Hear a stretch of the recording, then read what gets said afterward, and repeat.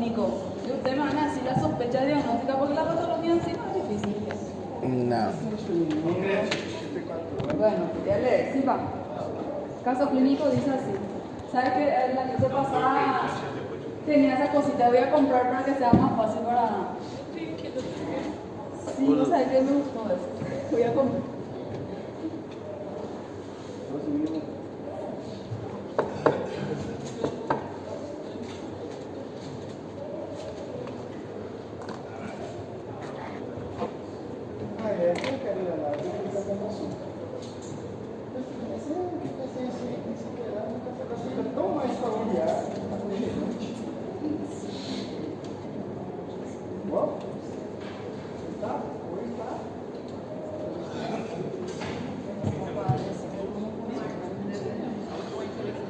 Trinta e 4 anos.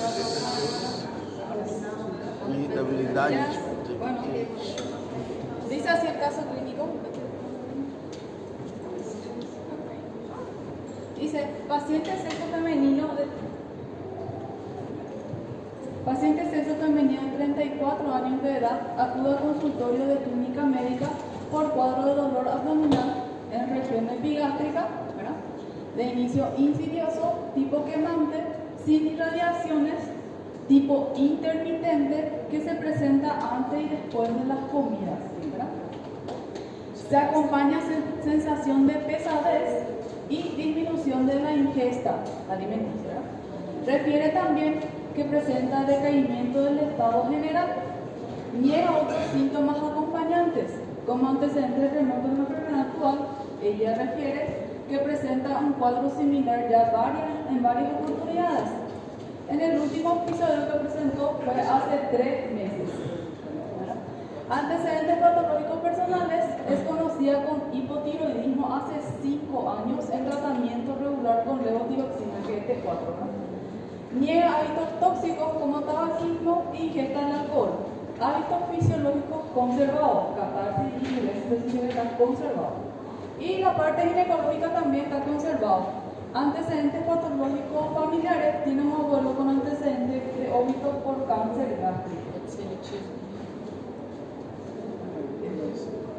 En el examen físico, cabeza y cuello normocéfalo, facies y mucosas pálidas o cruces de 4, conjuntivas normocoloreadas, pupilas simétricas centrales reactivas a la luz, tiroides no palpables. Aparato cardiovascular, R1 y R2 normofonéticos, pulsos palpables en los 4 miembros, sincrónico con el área central, isocrónico con el miembro contralateral. No se ocultan soplos ni galope. Tiene una frecuencia de 80 y... Bueno.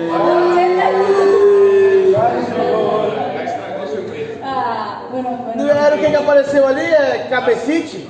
Bueno, aparato respiratorio, tórax simétrico, buena mecánica respiratoria, sin utilización de músculos accesorios, frecuencia de 14 respiraciones por minuto, murmullo vesicular conservado, de vértice a base, no oculto ruidos agregados, aparatos genitourinario sin alteraciones, miembro también, y neurológicamente la paciente está lúcida, colaboradora, orientada, sin ubicada en tiempo, espacio y personas, sin signos meningio y pares craneales conservados. No confundo. Se le pidió un laboratorio básico, digamos, ¿verdad? Tiene hemograma, tiene una hemoglobina de 10, ¿verdad? Tiene un hematocrito de 32, BCM, que es volumen corpuscular medio, 110, el ACM 35, glóbulo blanco y la parte del blanco está conservado, ¿eh? 8700, neutrófilo 65%, linfocito 10% y plaqueta 234.000. Glicemia 98, perfil renal también está conservado, hepático normal y LDH está un poco aumentado. Orina siempre sin alteraciones, electrolito también, y TSH y T4 libre en rango caso paciente. ¿Con qué signo más o menos viene esta paciente?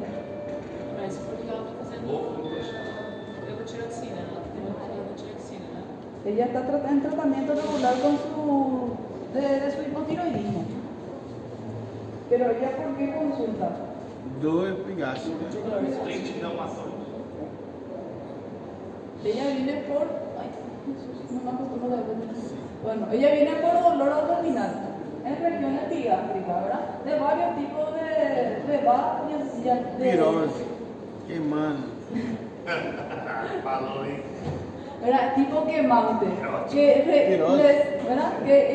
Sin irradiaciones de tipo intermitente que se presentan. Ella tiene un síndrome dispépsico, si ustedes ven, ¿verdad? Que es la pesadez, el ardor que tiene y también la sensación que le llena la plenitud, ¿verdad? Ella come chiquito y también. Bueno, este caso clínico, después de la clase, ustedes van a decir a qué tipo de gastritis, que es la clase hoy, puede estar asociada o está asociado, ¿sí? Porque podemos sospechar gastritis, pero todavía no es diagnóstico, y a qué tipo de gastritis también. Bueno, como dije, hoy en la clase va a ser gastritis y gastropatías, ¿verdad? Hay que diferenciar lo que es gastritis y gastropatías. Primeramente, vamos a comenzar con la anatomía del estómago, ¿verdad? ¿Se recuerdan la función del estómago? ¿Para qué sirve el estómago? Muchas cosas. Por ejemplo. ¿Solo para doler? No, ¿para qué sirve? Uno, el estómago es la continuación, ¿verdad? Constituye uno de los órganos del tracto gastrointestinal alto que viene después del esófago, ¿verdad? Tiene 5 partes que sería, tiene esfínter superior que sería el cardias que divide el esófago con el estómago, el píloro que divide el estómago con el duodeno y después está el fundus, como ven en la parte apical del órgano y el cuerpo que constituye casi a la mayoría del órgano y el antropíloro, ¿verdad? Bueno, el estómago funciona como almacenamiento primeramente de los alimentos que consumimos y aparte de eso tiene su función que era la proteólisis, ¿verdad? Él agarra y degrada algunas proteínas y absorbe algunos nutrientes también y también sirve para triturar las comidas, hacerle una mezcla y pasarle como un bolo alimenticio más pequeño al duodeno, porque el duodeno no puede recibir así la comida que no está mezclada, ¿verdad? No está preparado para eso. Esa función más o menos le corresponde al estómago. Bueno, como vemos, si hacemos un corte histológico del estómago, ahí como ven, se puede dividir en 4 partes, ¿verdad? Que sería la mucosa, que corresponde a todas estas partes, ¿verdad?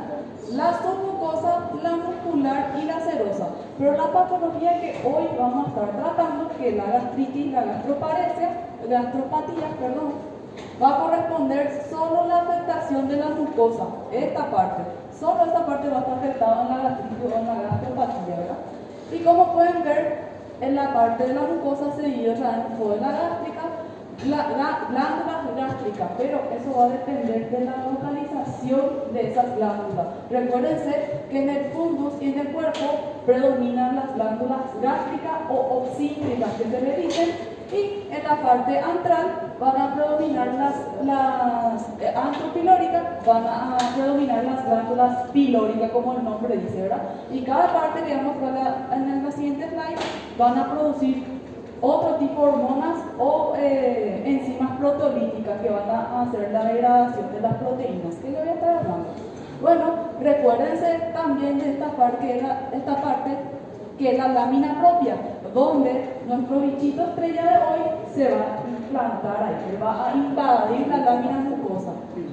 Si saben de un bichito que todo el mundo ya conoce, ¿verdad? El famoso Helicobacter pylori.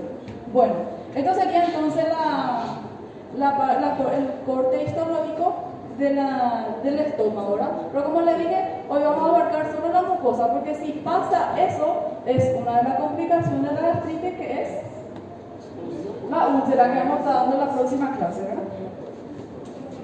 Como les dije, no les expliqué, esto sería la fosita glandular. ¿Ven cómo es una fosa, lo que forma? Que sería esto. Y ahí se divide otra vez en tipo de células que van a ir secretando, que se llaman fositas gástricas, que ahí se ve mejor, ¿verdad? Se van a dividir otra vez por porciones, que bien arriba las células de las mucosas van a secretar moco. ¿Para qué van a secretar moco? Para proteger el epitelio del estómago, van a secretar moco, más o menos como un un gel mucoso forma, ¿verdad? También la célula de la mucosa produce que sería el bicarbonato. También secretan bicarbonato las células mucosas. ¿Para qué secretan? Pues como recuerdan, el ácido gástrico, como su nombre dice, es ácido. ¿Por qué no todo el mundo tiene la gastritis? Porque funcionan las barreras mucosas, ¿verdad? Por eso funciona, y como le dije, las células mucosas que están bien primero en la parte apical van a secretar mucho bicarbonato. ¿Qué hace el bicarbonato? Hace que cerca del epitelio del estómago el pH sea más alcalino, mantiene un pH más o menos de 7. Recuérdense que el ácido del gástrico mantiene de 3 a 4 nomás el pH. Pero el bicarbonato hace con que la parte del epitelio del estómago se quede con un pH de 7. Por eso es muy importante, es la primera célula que secreta moco y bicarbonato que están en la parte de arriba, ¿verdad? Después van a venir las células principales, se van a dividir, como les dije, depende de la región del estómago, se van a dividir en glándulas gástricas y pilóricas. Las glándulas gástricas van a corresponder el 80%, porque se recuerdan que el fondo y el fundus y cuerpo gástrico es la mayor parte del estómago, ¿verdad? Entonces ellos son los que secretan la parte de las glándulas gástricas, por eso corresponde el 80% más o menos de lo que secretan, ¿verdad? Y las glándulas pilóricas, van a ser secretadas en el antro y en el píloro, que van a liberar estas hormonas, ¿verdad? Como le dije, las células principales van a secretar pepsinógeno. ¿Qué hace el pepsinógeno? El pepsinógeno es una proteasa inactiva que con el contacto con el ácido gástrico se convierte en pepsina y ahí ejerce su acción de la proteolítica, ¿verdad? Están las células parietales, que serían más o menos las células principales, la causante de la gastritis. ¿Por qué? Porque ellas son el que secreta el ácido clorhídrico, que es el ácido del estómago, ¿verdad? Y también secreta factor intrínseco. ¿Se recuerdan del factor intrínseco? ¿Qué es su función? ¿No se recuerdan? ¿Sabe qué hace? ¿Qué hace?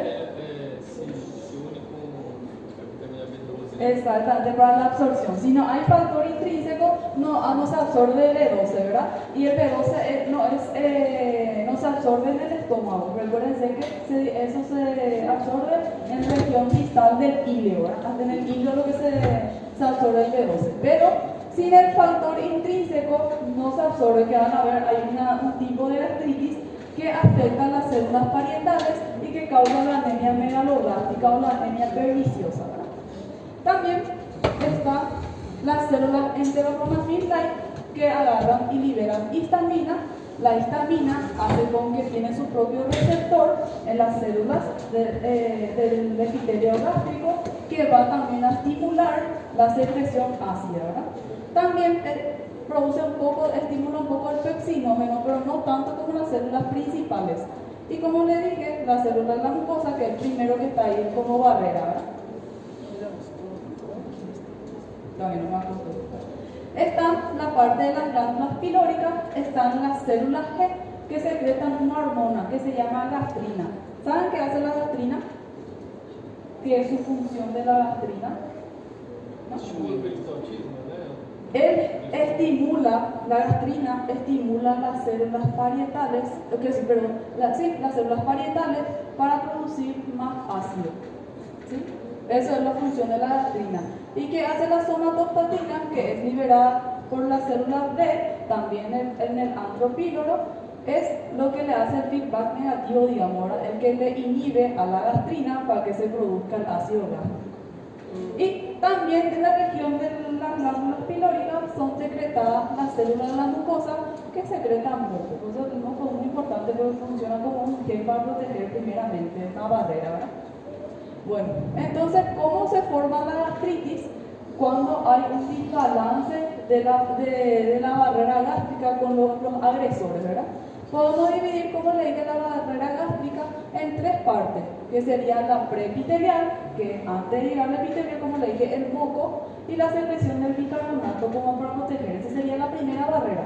Después, la segunda barrera, que serían los epitelios en sí, ¿verdad? Serían la segunda barrera, Y después viene la parte subepitelial por debajo de, como ustedes vieron que es, ven como la fosita, pues primero acá en la barrera arriba sería la preepitelial, después esto sería ya la epitelial y después están estas células que van a hacer también, van a secretar hormona, van a estimular, ¿verdad? Que van a hacer esto, los subepiteliales. ¿Qué es la prostaglandina? ¿Se recuerdan qué hace la prostaglandina a nivel del estómago y por qué es tan importante? ¿Y por qué cuando consumimos un fármaco daña eso? Hace una disregulación de la barrera gástrica. ¿Se recuerdan? Hay un fármaco famoso entre nosotros que inhibe la prostaglandina. No es que inhibe, bueno, inhibe la secreción, sería AINES, ¿verdad? ¿Por qué la AINES? Aunque le voy a estar explicando más o menos más adelante en la parte de gastritis por AINES, la prostaglandina es un sintético del ácido araquidónico, ¿verdad? Y que para su síntesis necesita el ciclooxigenasa. ¿Y qué hace el AINES? Es un inhibidor de COX-1 y COX-2. Entonces agarra y disminuye la secreción de la prostaglandina, ¿verdad? Y el papel de la prostaglandina a nivel del estómago él ayuda para la regeneración del epitelio gástrico. Así es que él estimula la regeneración, aumenta el flujo gástrico, estimula también para la secreción de moco y bicarbonato y también estimula el factor de crecimiento epidérmico para la regeneración del epitelio. Recuérdense que el epitelio gástrico a los 7 días ya vuelve a la normalidad. Pues si vos le quitas al agente agresor, a los 7 días la mucosa gástrica, sea una gastropatía o un gastritis agudo, tienen que mejorar, porque a los 7 días ya se cambia totalmente el epitelio gástrico, ¿verdad? Como le dije, hay factores protectores, como le dije, y factores agresores. Cuando hay un desbalance entre ellos, ocurre la gastropatía o la gastritis, ¿verdad? Como les dije, los factores protectores son aumento de la secreción de bicarbonato, barrera de la mucosa, regeneración epitelial, angiogénesis, aumento del flujo, y todo eso está estimulado por la prostaglandina, ¿verdad? Que es nuestro principal para la regeneración del epitelio gástrico. Y están las partes de los factores agresivos, que sería el ácido clorhídrico. Normalmente no hace daño porque todos tenemos el ácido clorhídrico, significa que cuando está aumentado el ácido clorhídrico y están dañadas las barreras del protector a lo que causa agresión, ¿verdad? La pepsina en sí, porque es una enzima proteolítica. El estímulo vagal, porque van a ver que también hay un estímulo vagal a nivel del estómago, ¿verdad? Y el AINES y el Helicobacter pylori, que son los facilitadores para causar la patología.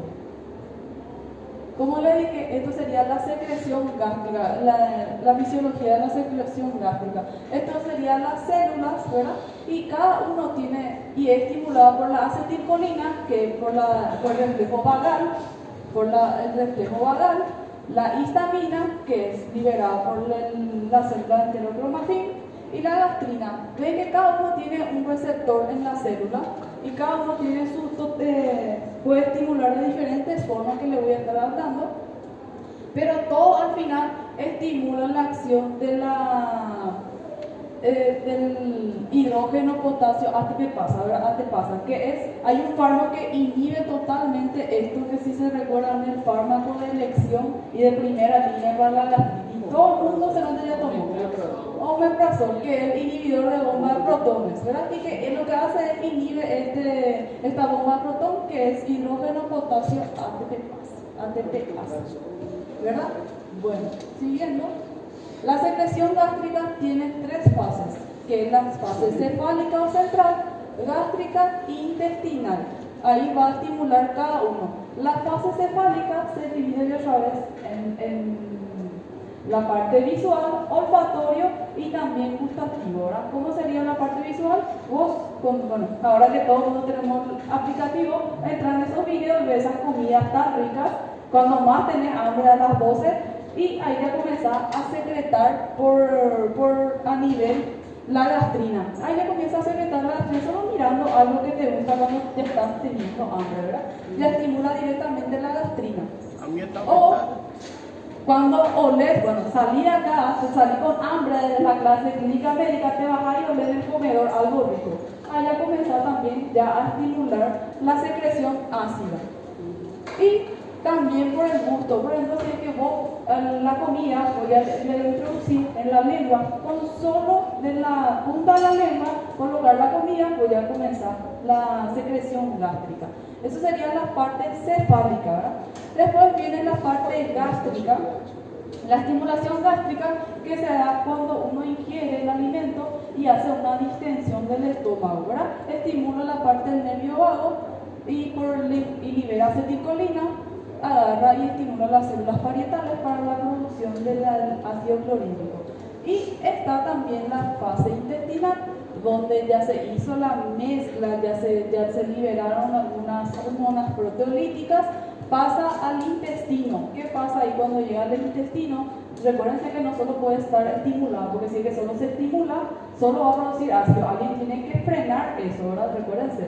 ¿Y qué pasa en este caso? Se activa las células D para la liberación de la somatostatina. Y recuérdense que la somatostatina lo que hace es inhibir las células parietales para la secreción ácida. Sí, pues recuerden que secreción sí tiene que haber un feedback negativo, si no todos vamos a tener gastritis, ¿verdad? Por eso no todos tenemos gastritis. Y como le dije, ¿quiénes son los que inhiben la secreción ácida? La somatostatina principalmente. También cuando el pH ya está muy bajo, el cuerpo entiende que ya está muy ácido el estómago y también deja de secretar el ácido clorhídrico. Las prostaglandinas también ayudan por la liberación de bicarbonato. Y los fármacos, un fármaco que nosotros conocemos en nuestro medio son los antiácidos también, ¿verdad? Los inhibidores de bomba de protones y los inhibidores de la histamina. Si se recuerdan de la ranitidina, eso, ellos inhiben directamente la histamina. Doutor, o refluxo é uma complicação da gastrite, ou não? No. Não é complicação. No, es Estão una bem relacionadas. complicación, porque la reflujo sería por alteración del esfínter, ¿verdad? Porque el estómago normalmente es ácido, pero porque el epitelio del gástrico tiene esa función de poder aguantar el ácido. Recuérdense que el epitelio del esófago es plano, no es igual que el del gástrico y no está para tolerar el ácido del gástrico normalmente, ¿verdad? Entonces, ¿qué hace el reflujo? Tipo, daña porque el epitelio esofágico no está acostumbrado a ese ácido y por la falla del esfínter, que sería la parte del cardias, ¿verdad? Eso es lo que falla y vuelve ese reflujo y hace una metaplasia, que el esófago barre, ¿verdad? Mas aí a própria gastrite ela não pode danificar o cárdioce? Ou... También, pero es difícil que haya normalmente un reflujo si no está dañado el esfínter. Una persona normal que tiene un esfínter que funciona no va a tener el reflujo, por ejemplo, ¿verdad? Y por más que tenga gastritis. Pero también puede empeorar si es que tiene los dos juntos, por ejemplo, una gastritis y un alteración del reflujo puede empeorar más todavía lo normal. Pero el pH normal gástrico lo ya puede causar tranquilamente la esofagitis. No hace falta que sí o sí esté aumentado. Bueno, entonces quería entrar en la definición de lo que sería gastritis. Gastritis, como todas las itis, es nada más que una inflamación del epitelio gástrico, de la mucosa gástrica, ¿verdad? Es una enfermedad inflamatoria aguda, o sea, crónica, de la mucosa gástrica, producido por factores exógenos que vienen de afuera o endógenos, como van a ver, ¿verdad? Que produce síntomas dispépticos atribuibles a la enfermedad y cuya existencia se sospecha clínicamente, se observa endoscópicamente y requiere una confirmación histológica. Por eso nosotros decimos, tiene gastritis, pero si nunca se hizo una endoscopía digestiva alta con toma de biopsia, no sabemos si realmente es gastritis. ¿Sí? Por eso podemos sospechar clínicamente y ver endoscópicamente, pero sí o sí necesitamos de la histología para decir que es una gastritis, porque hay que diferenciar también con una gastropatía, ¿verdad? Como les dije, la dispepsia es un conjunto de síntomas que abarca la parte del tracto gastrodigestivo superior, ¿verdad? Y se ven por dolor y ardor epigástrico, saciedad precoz, significa que el paciente come 2 o 3 cucharitas y ya se siente lleno, ¿verdad? Y la plenitud postprandial. ¿Sabes cuando parece que uno nunca digiere y la comida se queda ahí, parece trancado afuera? Eso sería la plenitud. Parece que nunca digerís la comida y siempre tenés algo en tu estómago. Eso sería la plenitud postprandial. Bueno, hay que diferenciar, como le dije, la gastritis y la gastropatía. Al final pueden llegar a lo mismo, pero histológicamente es diferente, ¿verdad? Porque ¿qué es la diferencia entre ellos dos? Que la gastropatía, en la histología hay una ausencia en la reacción inflamatoria, no hay infiltrados de los mediadores inflamatorios. Tú haces una biopsia y él no tiene ningún mediador inflamatorio, solo está en la causa directa de la mucosa, pero no hay una inflamación, nada. Eso se le denomina una gastropatía. Y nosotros creo que confundimos mucho en la práctica clínica, a todos le decimos gastritis, pero la mayoría al final tiene una gastropatía nomás, no es que tiene una gastritis, ¿sí? ¿Y cuáles son las causas que llevan a la gastropatía? Lo que más vemos, el reflujo biliar, que es la gastritis ¿cómo se dice? Aclorhídrica, que no es por el ácido, pero recuérdense que el bilis no tiene tanto ácido como el estómago. El alcohol, que causa también daño directo a la mucosa, pero no causa una inflamación. Claro que puede llegar a causar una gastritis también, pero la mayoría de las veces llega a ser una gastropatía nomás. El AINES también, una gastropatía nomás lo que suele causar, sales de hierro, alendronatos y fosfato de sodio. La parte de la vascular sería lactasia vascular y la gastropatía por hipertensiva, que es por la hipertensión portal o algo así, suele causar también, ¿verdad? Y la parte isquémica, lo que más acá hay que resaltar es por estrés, que sería por la septicemia, las quemaduras y los grandes traumatismos cráneoencefálicos, que se llama gastropatía o gastritis por estrés, ¿verdad? Que no se sabe exactamente la causa de lo que lleva, pero se le denomina gastritis por estrés a esas patologías como las septicemias, quemaduras y traumatismo. Y también los pacientes que ingresan a terapia intensiva, los primeros 72 horas ellos producen una gastropatía o gastritis por estrés, también desencadenado por una plaquetopenia menor a 150.000 o alteración de la coagulación en sí, un INR mayor a 1.5. Doutora, e a hipovolemia aí, né, no caso da isquêmica? Sí, también suele causar. Y entra en la parte del estrés. ¿Verdad? Qual é a diferença da gastrite para a gastropatia? La gastritis, cuando voy a hacer, los síntomas son iguales. La paciente va a venir con ese síntoma dispépsico, ¿verdad? Pero voy a hacer la EGA, cuando la endoscopia digestiva alta, toma una muestra de biopsia, porque siempre se toma, recuérdense que siempre se toma de biopsia, ¿verdad? Y uno ve infiltración de los factores inflamatorios, por ejemplo los polimorfonucleares o mononucleares. No hay infiltrado de inflamatorios, ¿sí? No hay nada de eso. Solo vos ves porque hay una eritema tipo solo, pero nada no es inflamatorio. Van a ver que la gastritis aguda y la gastritis crónica van a predominar algunos tipos inflamatorios, que le voy a hablar de más adelante, ¿verdad? Pero como dice la gastropatía, no se ve nada de eso. Solo puede estar eritematoso o tejido con un infiltrado inflamatorio.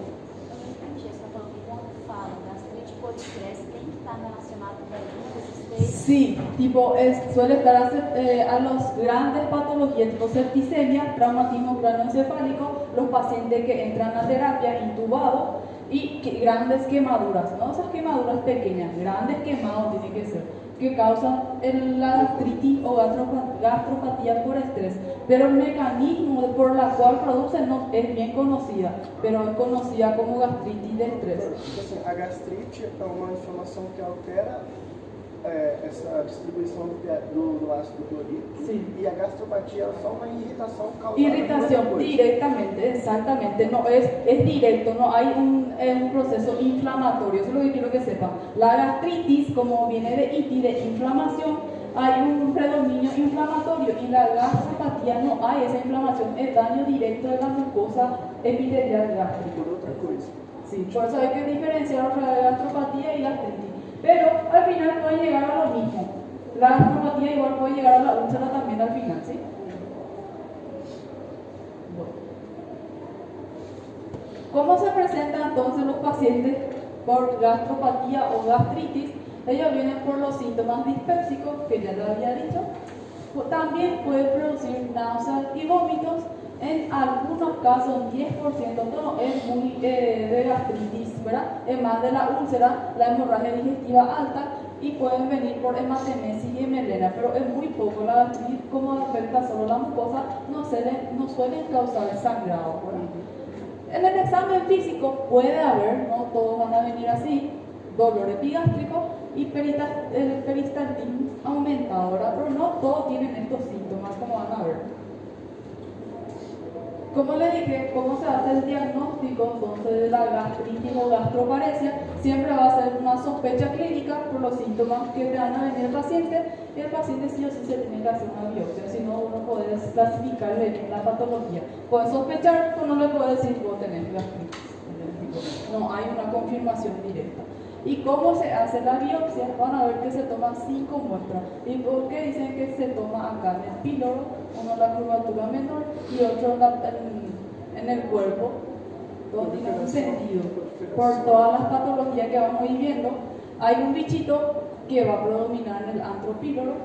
Hay una gastropatía hipertrófica crónica que causa la anemia megaloblástica o la anemia perniciosa, que predomina en el cuerpo, en el fondo gástrico, y el CA. Por eso se toman 5 muestras para ver si no es un cáncer, si no es por una bacteria que es una estrella también de la gastritis, causante de la gastritis, y también otro que es la gastritis crónica, que es la hipertrófica, ¿verdad? Que vamos autoinmune, que vamos a estar viendo. Bueno, como le dije, uno le tiene que pedir la biopsia a un paciente, pero no es así muy urgente. Ahora vos le programás y le podés plantear para hacer la biopsia, que sin de la endoscopia. Pero quienes tienen que hacer una Sí. A biopsia na vida, assim, no dia a dia. Dia a dia. Isso. O que eu já vi assim, não tira todas essas amostras. Ele vai tirar só onde acha lesão de tecido. O aparentemente, o obrigatoriamente tem que tirar. Tiene que quitar, si vos le des todas las partes de la biopsia de la mucosa gástrica, tipo del estómago, sí o sí, por lo menos 5 muestras te pide para quitar. Porque como te dije, por las patologías que predominan, vos estás buscando la causa, vos no sabes la causa, y por eso te digo, depende de la localización, puede cambiar totalmente la causa de la gastritis o gastropatía. Por eso sí o sí se tiene que quitar 5 muestras, mínimo lo dice, ¿verdad? Para quitar.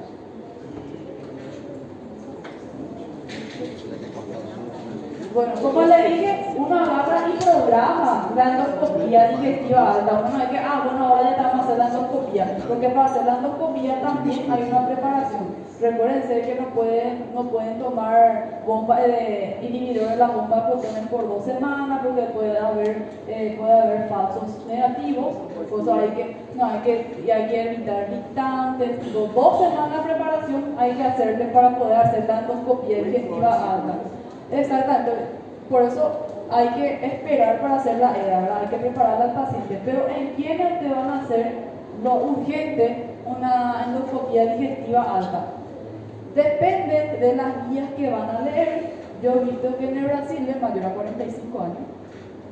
Si leen el Harrison es mayor a 55 y también el Barreras es mayor a 55, pero en la guía americana es mayor a 60. Y yo le traje ese, pero como le dije, en la literatura varía, ¿verdad?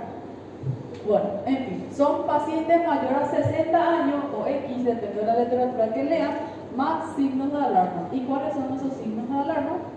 Pérdida de peso involuntario. Esos pacientes que no hacen dieta, recuerden, esos pacientes que no quieren perder peso y bajaron de peso, más del 5% del peso en los últimos 3 a 6 meses, se le indica una endoscopía digestiva alta. ¿Por qué? Porque pues no se abre.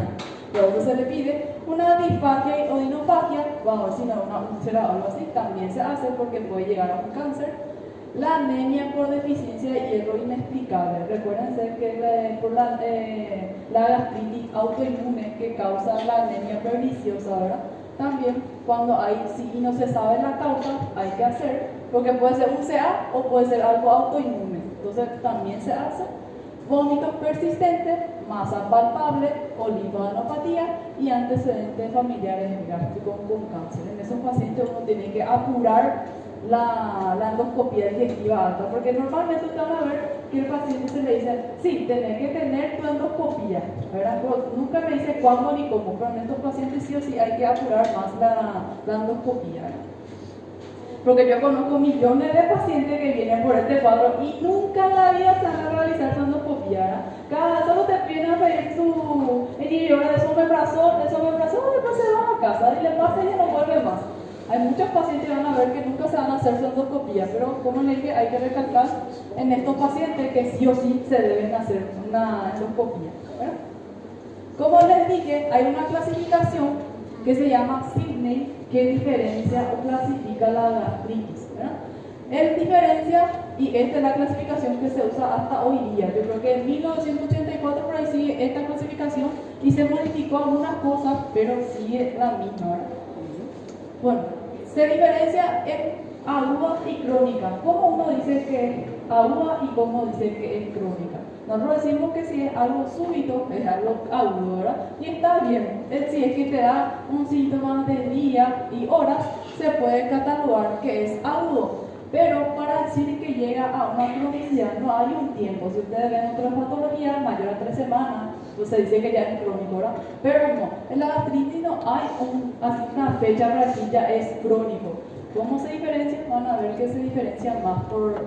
También da esos síntomas repetitivos, pero se diferencia por la histología. Solo con anatomía patológica para saber bien si es aguda o es crónica, por el infiltrado inflamatorio que van a presentar, que les voy a hablar más adelante. Están las gastritis no atróficas, que también pueden causar el Helicobacter pylori, que se puede considerar como tipo B.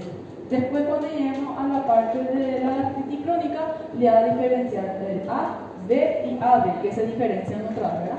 Están las gastritis atróficas, que ahí sí se ve mejor, algo crónico ya. Recuérdense que la partida que hay son todos por cronicidad. Aguda tipo es, solo se refiere gastritis aguda por Aines, gastritis aguda por Helicobacter pylori por la causa nomás ya. Pero cuando llegamos a la gastritis crónica se divide en no atrófica, atrófica, hemorrágica, tipo se diferencia otra vez. A partir de acá para abajo todos son crónicos ya, no son más agudos, ¿verdad? Como le dije, la no atrófica puede ser causada por Helicobacter pylori, pero el Helicobacter pylori causa más la gastritis atrófica multifocal. Esa es la principal, lo que causa el Helicobacter pylori en forma crónico, ¿verdad? Yo le digo en forma crónico. Y el siguiente estrella de la gastritis atrófica, ¿verdad? Crónica sería la gastritis autoinmune, que yo le dije que causa la anemia megaloblástica, la anemia perniciosa, ¿verdad? Que es una enfermedad autoinmune que cuando van a ver que ellos secretan algunos anticuerpos, ¿verdad? Vamos a estar hablando.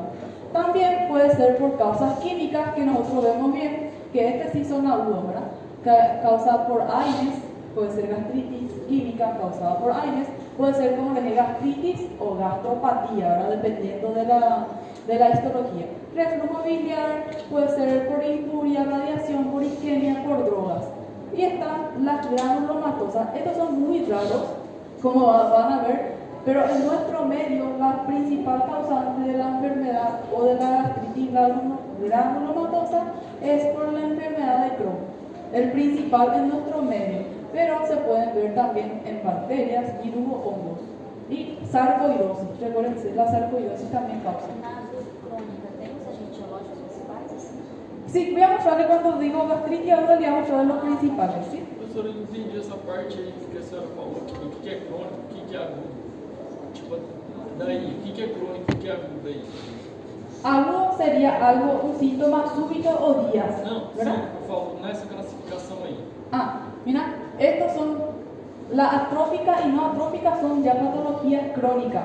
Y las gastritis químicas pueden ser crónicas o agudas, porque pueden ser gastropatía, gastritis aguda o gastritis crónica, eso ya dependiendo de la histología. Suspeitei desde o princípio. Pero estas sí son crónicas, la gastritis no atrófica y la atrófica, porque eso con el proceso recién se va a quedar atrófico la mucosa gástrica. Y la granulomatosa también es algo crónico, no es algo agudo, porque uno forma granulomas en días y horas, ¿verdad? En esto sí es más agudo, puede ser una gastropatía, gastritis aguda o crónica también. Então, o H. pylori é o principal causador de gastrite crônica e o Aines é o principal Causante de artritis aguda. Que é classificado como química aí. Química, exactamente. Pero recordate que el Helicobacter pylori causa también la gastritis aguda. Los dos, él puede ser aguda, crónica, también puede ser. Mas, tipo, se você for perguntar na prova, você pergunta o quê? Crônica, né? Recuérdense que sí, solo presentar crónica. Irregular com H. pylori. ¿Sabe por qué? Porque la gastritis, uno nunca se cura solamente de la gastritis del Helicobacter pylori, si uno no trata, pues eso suele presentar. Mas, doutora, você pode dar uns spoilers pra gente, não é, Cola? Você pode dar, ó, isso aqui vocês focam mais porque eu vou cobrar na que é Voy a preguntarlo, yo lo que más así me interesa, yo no voy a estar dando de tipo de todo, yo diría así. Então é AIDS, química, Tá chovendo por aí. química e aguda, AIDS negão. é megaloblasta. É AIDS, cocaína. Digamos, ahora voy entrando, sí pasa. Bueno, también en diferencia, la gastritis aguda es gastritis erosiva, hemorrágica o no, porque el AINES causa. Tem alguém querendo ver sua privacidade, viu? Ay, este yo no entiendo qué es, pero bueno. Bueno, puede causar la gastropatía erosiva y no erosiva. Y la principal causa del AINES es lo que causa la gastritis hemorrágica, ¿verdad? También están los tipos específicos, que es la gastritis pulmonosa, que voy a estar hablando más adelante, el actinomicosis, que es un hongo que también suele causar, como los parásitos, como larvas, troniloides, pueden causar también, pero muy rara. Pues recuérdense que el ácido gástrico es una medida de protección también para nosotros, porque nosotros metemos todo lo externo, metemos por la boca y él hace con eliminar todas esas bacterias, parásitos, hongos, todo lo que sea normalmente, ¿verdad? Por eso estos van a ser causados más en los pacientes inmunosuprimidos. También están las formas granulomatosas, que nosotros medio yo le dije que es TB, es la enfermedad por Crohn, ¿verdad? Pero también puede ser por TB, sífilis y micosis. Pero como le dije, normalmente uno no hace TB estomacal por el ácido del estómago. Las bacterias, eso no sobreviven al ácido. El paciente tiene que tener algo a más para poder hacer, para poder ser por alguna bacteria o algún parásito. Essa larva aí é de algum fruto marinho que a gente come e a gente... ¿Cuál? Sí. Essa de anis. El anisakis. Sí. Essa é o sushi, né? Aquela feirinha. Ese, Oh, ese Deus do es. céu. Bueno, Continua comendo. bueno, esta es la misma clasificación de Signet, solo que la forma endoscópica, porque él clasificó la etiológica, histológica y por frecuencia, por factores de riesgo, ¿verdad? Obviamente que yo no le voy a quitar una imagen en el examen y decirme, este es de la gastritis erosiva, eso no voy a hacer, solo como una forma de saber nomás, porque eso ya es mucho del especialista, ¿verdad? Del gastro.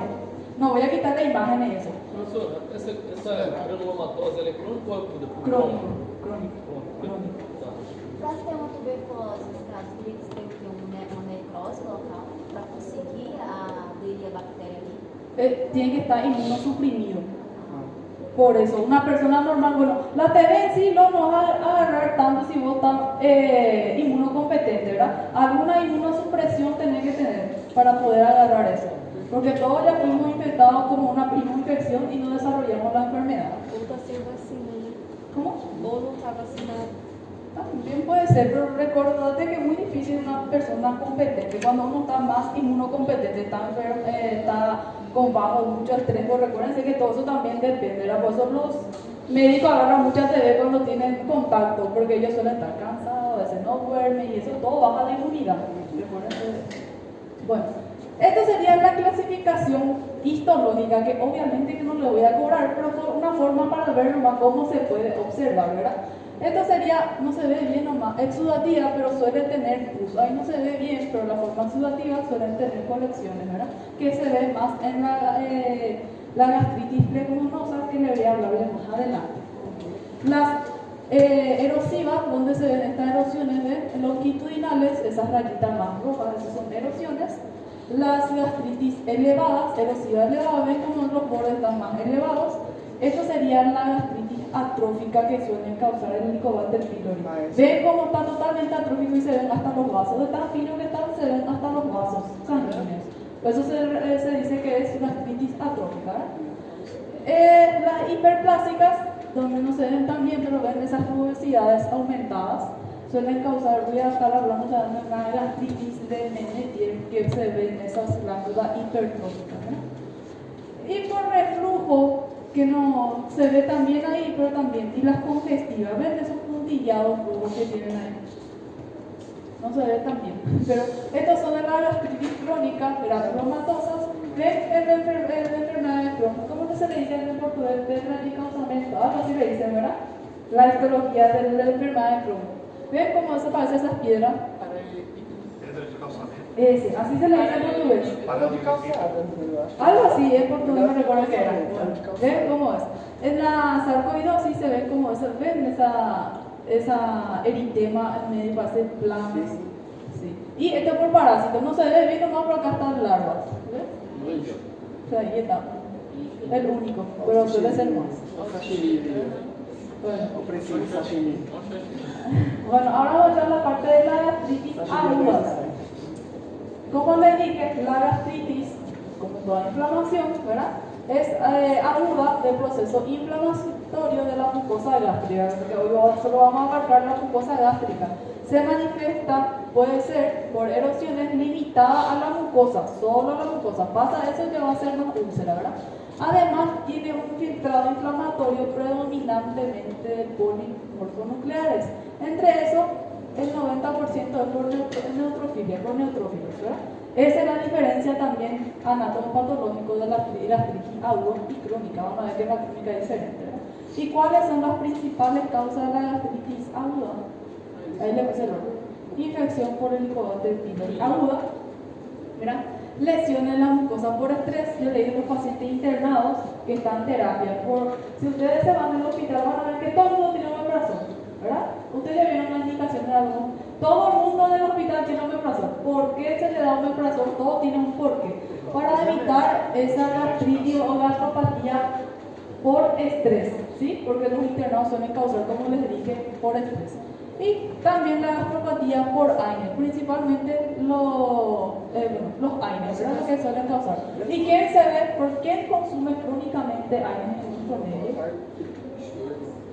Uno, el dolor, pero hay otro, la aspirinita. Lo van a ver que todos los pacientes tienen aspirinita por riesgo cardiovascular, porque antes como se decía, hay uno que todavía no cambiaron, que le han como dado como prevención primaria todavía a los pacientes, ¿verdad? Y cronicamente consumen su aspirinita e depois causa uma gastritis por anos. Essa por estresse, tipo, aqui no Brasil, pelo menos tem muito de falar que a gente tem gastrite nervosa, essas coisas. Bueno, ¿Isso existe? Vos sabés que yo busqué, porque también yo una vez dije, ay, yo estoy muy estresada, voy a tener. Vos sabés que no hay como casi como patología en sí, pero sí puede estimular la parte adrenérgica, la parte vagal y aumentar la secreción gástrica. Sí puede haber. Pero nunca leí ni nunca vi la descripción gastritis nerviosa. En ningún libro, ninguna, ningún encontré. Sí, no de estrés que nosotros estamos estresados. Só tem gastrite nervosa. Todo el mundo habla de, ay, yo tengo gastritis nerviosa, ¿verdad? Todo el mundo tiene gastritis nerviosa, pero nunca le, no hay que gastritis, nunca leí como una patología así, pero puede estimular la parte vagal. Sí, puede tener estímulo nervioso y puede secretar, porque recuerden que el nervio vago estimula también la secreción ácida, ¿verdad? Por la acetilcolina, por eso puede estar aumentado. Não é tipo o nervo vago de passar estresse, Supuestamente, pero dice que sí podemos estimular así el nervio vago, pero tipo como una patología en sí no hay, así tipo no hay, por estrés de estrés psicológico. Pero sí estimula el nervio vago y puede aumentar un poco la secreción gástrica. Pero ese estrés no es ese estrés psicológico que yo le estoy hablando a usted, ese estrés de patología grave, de los pacientes que están internados, los que tienen traumatismo, intubados o X, ¿verdad? También van a ver en nuestro medio la gastritis vírica por citomegalovirus, o virus del herpes. Pero como te digo, toda esa patología tiene que ser paciente inmunocompetente. Una persona normal no va a tener porque ellos no van a no sobrevivir al ácido gástrico, ¿verdad? También la gastritis pneumonosa, que son causadas por algunas bacterias, que voy a hablarle más adelante. Gastritis aguda necrosante, a veces puede necrosar el epitelio gástrico, pero si es agudo, en unos días se vuelve a regenerar. Entonces, también puede ser por micobacteria, tuberculosis y no tuberculósico, ¿verdad? El actinomices, sífilis, hongos, parásitos también que pueden causar, ¿verdad? No se ve tan bien la foto que le puse, pero cuando le pase el slide van a ver, ven estos puntillados rojitos que hay con la mucosa más rosadita. Los puntillados son la inflamación y las más rosaditas son la mucosa normal, ¿verdad? La mucosa que no está dañada. ¿Cómo se puede ver? Por edema, hiperemia, erosión hemorrágica, depende si es erosiva, ¿verdad? De la mucosa gástrica. Pero normalmente suele verse así, más o puntillado inflamatorio, nomás recubiertos de mucosas no dañadas, normales. Ahora vamos a entrar entonces la gastropatía o gastritis por AINES y por... ¿Sí? ¿Cómo se forma la gastropatía por AINES? Como le dije, la prostaglandina es nuestro medio para la regeneración epitelial gástrico normal, ¿verdad? Y para estimular la secreción de moco y bicarbonato. Que hace el AINES, como le dije, él la agarra y inhibe la síntesis de la prostaglandina, inhibiendo la COX-1. La COX-2 no. La COX-1 es la parte que predomina en el estómago, riñón, también en los vasos, y la COX-2 es totalmente la inflamatoria. Entonces nosotros le decimos, el COX-1 es bueno y el COX-2 lo que es malo, que aumenta la estimulación inflamatoria. ¿Y qué es lo que nosotros queremos realmente cuando consumimos AINES? Es solo inhibir el COX-2, pero el COX-2, ¿verdad? Pero como no hay selectivos, pero no son buenos, porque se vio que solo los inhibidores de los COX-2 causan patologías cardiovasculares. Por eso se quitó del mercado los inhibidores selectivos del COX-2. Por eso agarra y inhibe los dos juntos y disminuye la prostaglandina y hace con que disminuye el moco y el bicarbonato y hace con que más ácido se quede el pH gástrico, ¿verdad? También disminuye la regeneración epitelial, que es uno de los estímulos que da la prostaglandina, y disminuye el flujo sanguíneo, ¿verdad? Por eso en los pacientes que ya tienen que tomar su aspirinita o su ibuprofeno por dolor crónicamente, se dice que tiene que hacerse primeramente una endoscopía y indicarle inhibidor de la bomba de protones. Pero como saben, no pueden indicarle crónicamente. Hay gente que van a ver que toma hace 15 años su omeprazol. Y eso no es bueno también, ¿verdad? Porque van a ver que el inhibidor de bomba de protones hace una inhibición ya irreversible, ¿verdad? Y tarda días para hacer esa desinhibición, digamos. Entonces,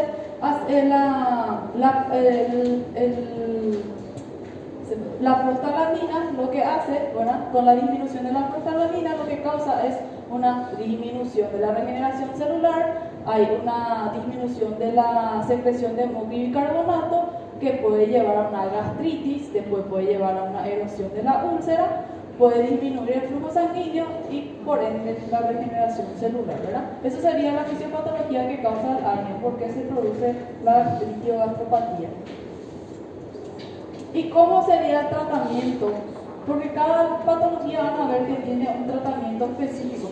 ¿Cómo sería el tratamiento preferible para tratar gastritis por AINES? Obviamente que uno sería suspender el AINES, ¿verdad? Por lo menos hasta que se regenere ese epitelio mucoso. Suspenderle un ratito su AINES y hacerle que se regenere ese epitelio y después iniciar otra vez, pero con un inhibidor de la bomba de protones, ¿verdad? Primeramente se le puede dar el sucralfato. ¿Qué hace el sucralfato? Es como una película, ¿verdad? Entonces se le puede indicar de 500 a 1 gramo cada 4 a 6 horas. Se le puede indicar. Recuerden que este tratamiento puede ser de 4 a 6 semanas o menos, fazer tipo o papel do muco. Sí, hace un filtro más o menos. El misoprolol, que es la prostaglandina sintética, que se le puede dar, yo nunca vi también indicado el misoprolol, ¿verdad? que se le puede dar 2 miligramos cada 6 horas o un antagonista de la histamina. Esto es lo que yo más siempre veo, una ranitidina, cimetidina que se le suele dar. ¿Verdad? Então misoprolol não cai na prova. En el Brasil creo que no hay, nosotros tenemos todavía ranitidina. Misoprolol não vai cair na Sí. prova, então. ¿Por qué no se le da la ranitidina? ¿Saben por qué se quitó? Ranitidina, ranitidina La é outra ranitidina, coisa também. él es el antagonista de la histamina. Recuerden que las células parietales tienen el receptor en directo de la histamina. Y la antagoniza eso para que no estimule las células parietales para producir ácido. Então é um inibidor De la histamina. do H2. Sí, exactamente. Inibidor. Sí, inhibidor. Mas eu não entendo o porquê no Brasil foi retirada, se ela funciona tão bem. ¿Por qué Rosy que se quitó? Efecto adverso. ¿Y cuál creen que es el efecto adverso? Es algo que los hombres odian. Ah, droga. Bueno, pero eso no sé, no, esto es algo agudo, no es porque vos le das por 4 o 6 semanas va a tener la disfunción o la Eu não ginecomastia. tomar isso aí que eu tomo No, veneno. este es por tratamiento, como le digo, hay gente que nunca suspende esa droga y se queda usando por años. Por si vos le tratás con ranitidina, cimetidina 4 o 6 semanas, no causa disfunción adrenal. No. Então, tipo, os tratamentos podem ser de 4 a 6 semanas. 4 a 6 semanas. Tipo, no puede ser crónico, no puede ser uso años nomás, ¿sabes? Porque también tiene su efecto adverso. Considera- O uso volta a função. ¿Cómo? Quando para, o uso volta a função ou ela é crônica? Sí, este no, vuelve, pero hay gente que se queda pues con esa disfunción, ya a veces causa daño ya por la parte adrenal. Yo no te digo el epitelio gástrico, por la parte adrenal causa ya a veces que sea irreversible. Y el paciente varones, obviamente, porque si la mujer tiene ginecomastia se queda feliz, ¿verdad? Pero el hombre no, y causa hipotensión. É porque o Aines, ele é um gastrite. Pero la mujer es perfecto, pero para el hombre no. Bueno, siguiendo, también van a ver que en cualquier lado la terapia de primera línea para gastritis, úlcera o sus complicaciones son los inhibidores de la bomba de proteínas. O misoprolol, como você disse aí, que é retirado, é indesejado pelos homens, por isso foi No, el antagonista de la histamina. Ah, tá. El misoprolol se usa, hay literatura que dice, pues yo nunca he visto gente usando el gastroenterólogo O indicando antagonista, misoprolol. então esse antagonista ele vai causar não vai causar gineco e impotência sexual? Sí, pero en uso crónico. ¿Sí? Así 4 o 6 semanas, eso no suele causar daño. Como te digo, en la otra clase tenía una compañera, de colega, creo que era la turma bueno, me dijo que hace 15 años su familiar tomó omeprazol. Imagínate tampoco, tipo, nunca le consumo. Claro, causa todo lo que es, ¿verdad? Tiene osteoporosis, se nota impresionante la señora. Y también había otra compañera en la sala que me dijo que en el Brasil, en el tratamiento para Helicobacter pylori, ahí ya viene todo así preparado, así, ¿verdad? Y que tomó, espérame, 60 días, que se le indicó 60 días de tratamiento para la erradicación de Helicobacter pylori. Y yo, tu familiar nunca más resistencia a todos los antibióticos, ya no le pasa más nada, o le pasa algo de que 60 días de Não, aí geralmente são 14 dias, a medicação para 14 dias e às vezes quando cuando, sí, porque não melhora, você retorna, Está muito melhora, o gastro vai passar mais 14 dias. pero ya segunda, porque les puedo decir que para Helicobacter pylori hay primera línea, segunda línea, de tercera línea y después de rescate, ¿verdad? E é o combo realmente para o tipo de tratamento já vem certinha, Sí. Así me dijo, igual para rancenias e para essas coisas. ya viene todo ya. Bem bonito. Él le hacía el paquete. Isso. Pero la compañera me dijo que es 60 días. Y me discutió otra vez. Le dije, no, a mi abuelo le indicaron 60 días. Y en 60 días me dijo, bueno, yo voy a leer y ver lo que él dice. Pero bueno, en fin.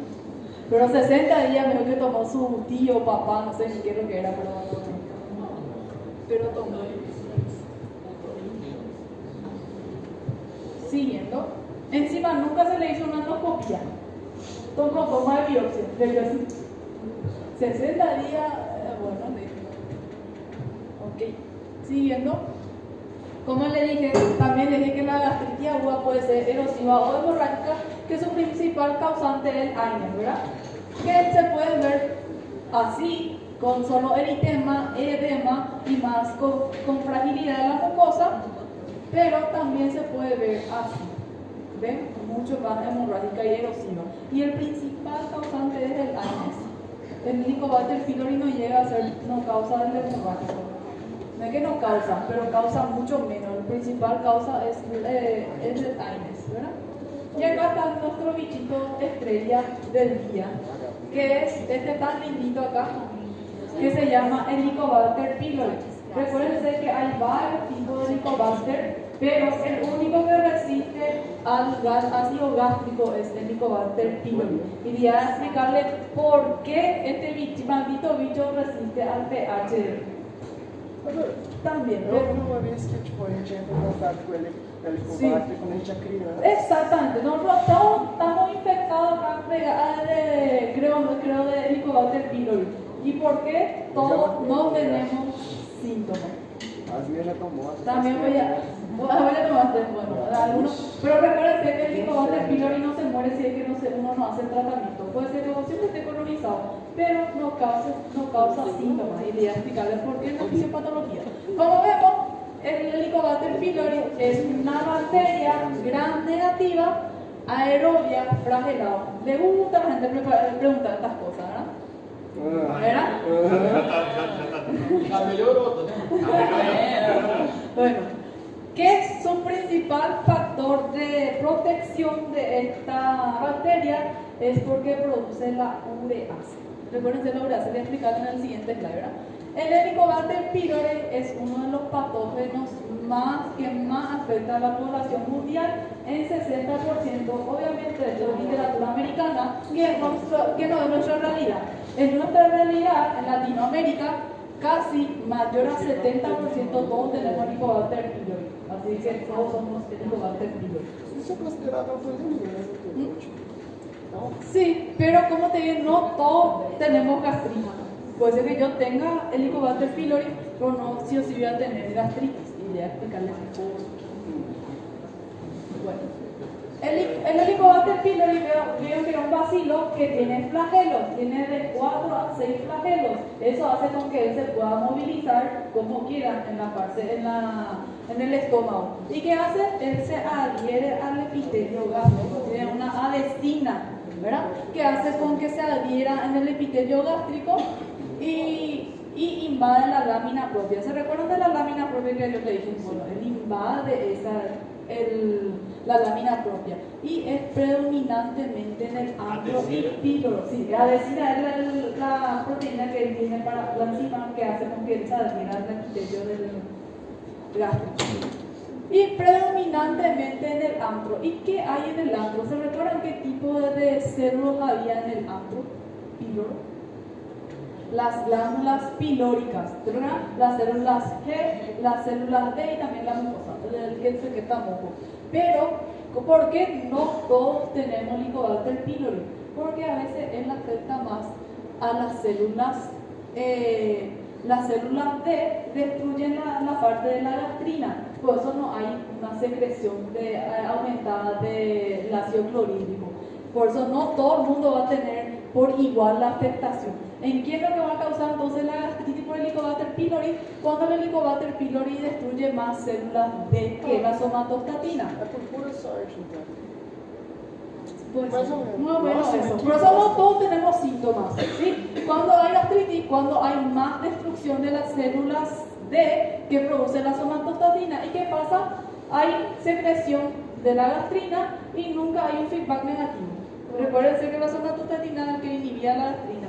Y hay secreción de ácido así, pero nadie le inhibe a la gastrina, por eso produce la gastritis. Por esa razón. Por eso no todos tenemos, pero casi todos tenemos Helicobacter pylori, pero no todos desarrollamos síntomas. Bueno, entonces, ¿qué pasa? El predominante lato afecta a esas células y cuando predominantemente afecta a las células D, hay un aumento de la gastrina, disminución de la somatostatina y por ende hay un aumento de la secreción ácida. Esa forma de la gastrina. Y también, aparte de eso, él tiene enzimas citotóxicas. ¿verdad? Citotóxicas, ¿verdad? Que son este BAC-A, que produce la mucina, proteasa y la lipasa, que dañan directamente al epitelio, y también el CAC-A, que aumenta la inflamación del epitelio. Ese también es uno de los mecanismos dañinos que él tiene, pero recuerden, como le dije, él produce la ureasa. ¿Y qué hace la ureasa? La ureasa agarra con el contacto con el ácido, él se divide otra vez en urea, ¿verdad? Y la urea se divide en amonia y en bicarbonato, y el amoníaco causa directamente el daño de la mucosa, y el bicarbonato, que es la forma que protege. ¿Por qué sobrevive al ácido gástrico? Porque forma una atmósfera, sí, pH, sí, a su alrededor él agarra y forma un lugar alcalino por el bicarbonato que él secreta, y a su alrededor es alcalino, y por eso no le hace nada el pH gástrico, por eso no se muere. Sí, él es inteligente, él produce la ureasa, que se degrada a urea, y la urea se degrada nuevamente en amonio, que causa daño celular, que es una de las también las causantes, y agarra y secreta el bicarbonato y crea un clima alcalino a su alrededor, así que a él no le pasa nada, él sobrevive por eso a la secreción ácida. Sí, es muy inteligente este bichito, ¿verdad? Y yo no tengo, ustedes son todos. No, bueno, eso.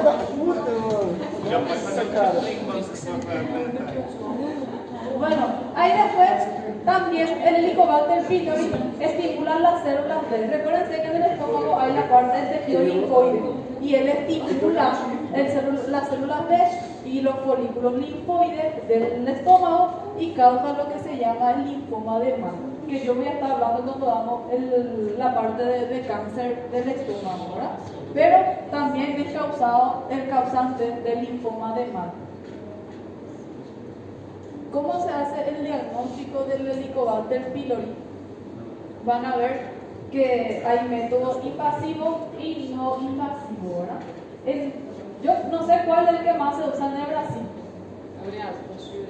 Desde la ureasa por método invasivo, entonces, ¿verdad? Por la endoscopía. Bueno, eso sería lo esencial, pero dice eso no es por la realidad de nuestro medio. Si ustedes ven la parte de latinoamericana, ellos también dicen que se puede confirmar por el test de aliento de la urea.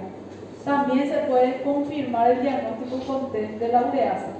No hace falta que sea solamente el método invasivo, pero obviamente que lo invasivo va a ser mejor, ¿verdad? Pero aunque el test de la ureasa tiene una sensibilidad de 80-90% también, por eso también es considerado como para diagnóstico también se puede utilizar la prueba del aliento de la ureasa. El paciente consume una pastilla marcada, que es de C13, y él agarra y sopla, y eso lleva a una máquina y ve cuánto por ciento tiene. Eso sería el test del aliento, ¿verdad? Pero en Paraguay no hay, solo en Asunción. Ni en Perú, ni allá donde yo estaba en Encarnación, no había ese test de la ureasa, pero en Argentina había, en Argentina en Asunción, pero es costoso también, ¿verdad? Yo no sé cuánto cuesta la endoscopía en el Brasil, pero en el Paraguay es más o menos 500.000 para arriba. Así que depende del especialista. 600. Y la anatomía patológica es caro también, ¿verdad? Más de 400.000 también para arriba. Pero no se prefiere la prueba rápida de la ureasa. Una tinción que se hace, bueno, tienen que tomar la biopsia, y una tinción es mucho más rápido que la anatomía patológica, porque recuérdense que se tarda más, ¿verdad? Más decir, depende del anatomopatólogo. Depende mucho, ¿verdad? Mas daí Y já este es más rápido. não só na prova, mas já vai dizer se é gastrite ou gastropatia também, né? Essa prova rápida Una tinción. Él tiene que hacer la biopsia, sí. ¿Cómo faz Endoscopía. Todo esto es método invasivo. Método invasivo todo por biopsia. Se toma muestra y se hace una tinción de hematoxilina y oxina, y hace con que sea más rápido desde la ureasa, ¿verdad? Sale la hora, cosa más rápido y es mucho más barato, porque la histología demora y también es más caro. Por eso todo el mundo dice que esto sería la primera elección, pero no dice cuál es el mejor de todos, ¿verdad? Pero también están estas pruebas. ¿Y cómo yo puedo usar estos métodos no invasivos? Siendo sincero, en Paraguay nosotros pedíamos detección de antígenos, ese nomás que tratábamos. Porque mi paciente no tenía cómo pagar endoscopía y tampoco nos iba a esperar 2 años algunos para hacer la endoscopía. Algunos nosotros le pedíamos detección de antígenos en ese, venía positivo y le tratábamos, pero muy inespecífico. O de eleição é qual você falou? Invasivo, y entre ellos se prefiere más la prueba rápida, porque como dice su nombre, es rápido. Sí. Pero como te digo, en nuestros medios podemos usar esto, pero esto solo hay en Asunción que yo sepa. Yo no sé si en Brasil existe esto. E a serologia? La serología es mucho menos inespecífico. Podés solicitarle, como te digo, nosotros a veces nos manejamos con la detección de antígenos en ese o en serología porque es más barato y hay en cualquier laboratorio hay. Pero como le digo, no es específico, uno puede hacer el diagnóstico certero con estos dos. Vos podés usar la detección de antígenos para seguimiento de tu tratamiento. Vos le diagnosticaste el Helicobacter pylori y vos ya le estás tratando, vos le podés hacer seguimiento para ver si hubo una erradicación por la detección de antígenos en ese o una prueba de aliento. Esos dos se usan para el seguimiento. Doutora, esse das fezes aí, pode dar muito falso negativo, né? Sí, puede dar. Tipo, es de 70 a 80%, pero no es fidedigno. Tipo, no te hace el diagnóstico. El único que te hace el diagnóstico es la prueba del aliento, la ureasa marcada y los métodos invasivos. El resto no te hace, de los procedimientos. En un mundo ideal, todo no se hace endoscopía. Fin, ¿verdad? Nosotros no podemos. Termino. Pero no es así, ¿verdad? No es nuestro medio. Bueno, acá dice, yo quité del Harrison, pero si ustedes leen tipo la guía americana, eso no es bueno y también no está indicado esto para la detección. Pero ven, el método invasivo de la ureasa rápida de 95 a 100% es muy bueno. El estudio histológico también de 80 a 90, mayor a 95% es súper específico, ¿verdad? Cultivos que ya no se utiliza más. Antes se utilizaba el cultivo también de la toma muestra, eso ya no se utiliza más.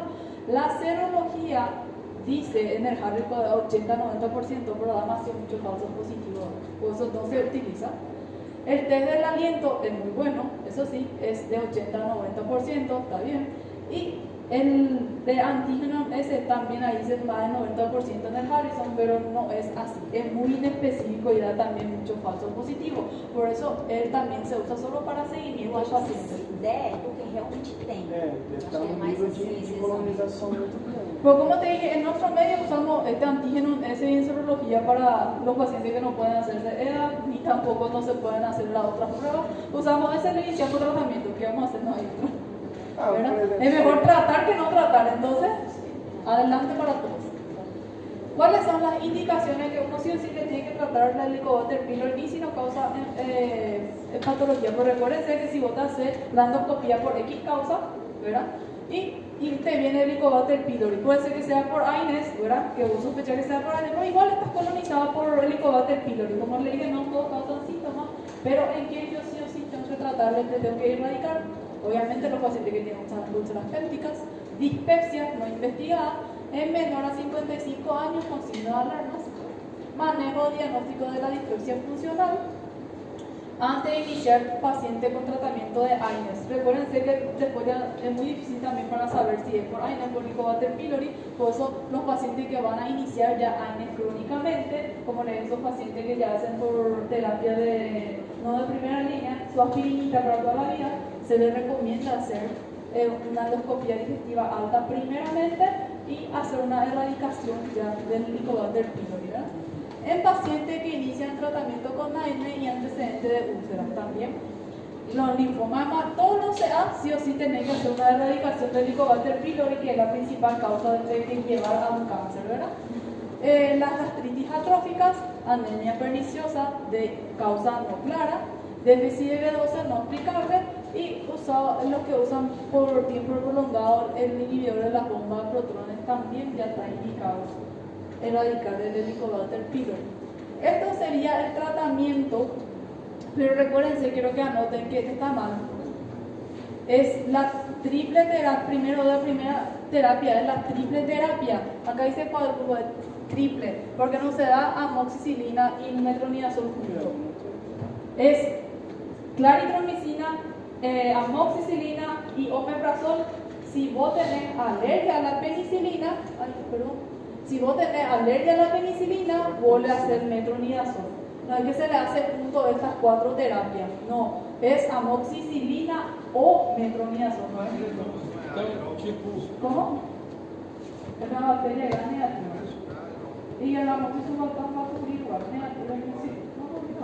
professor, qual que é o nome? Por favor, de novo. ¿Del qué? Do tratamento? É claro que Es de primera línea, claritromicina, amoxicilina y inhibidor de la bomba protonal que puede ser omeprazol, perdón. Yo por eso me recordaba en la época de la facultad con la nemotecnia de Cao, claritro, amoxi, omeprazol. Si vos tenés alergia a la penicilina, que sería la amoxicilina, vos le indicas metronidazol con bismuto, como la 4ª terapia ya. Isso aí está dobrado, né? De miligramas de omeprazol normalmente é 20. Por exemplo, teve um passão slide passado desse grupo, 20 miligramas de omeprazol lá em cima. Este es su dosis máxima, 40 miligramos. Então, desde Vos 20 podés a hacer, 40. sí, exactamente.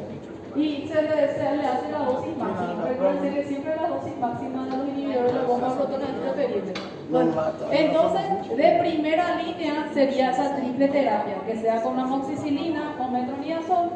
Si no funciona eso, se le cambia a la terapia cuádruple. Se tiver alergia à penicilina, eu troco La hacen por metronidazol. Y si es que con eso también, si es que no quiere darle esa la triple terapia y ya le quiere iniciar con la terapia cuádruple, está que es un inhibidor de la bomba de protones, una tetraciclina, metronidazol y el salicilato de bismuto. También puede ser, no hay problema, uno de los dos. Puede ser como de primera línea, ¿verdad? Pero primero de la triple terapia está la terapia cuádruple.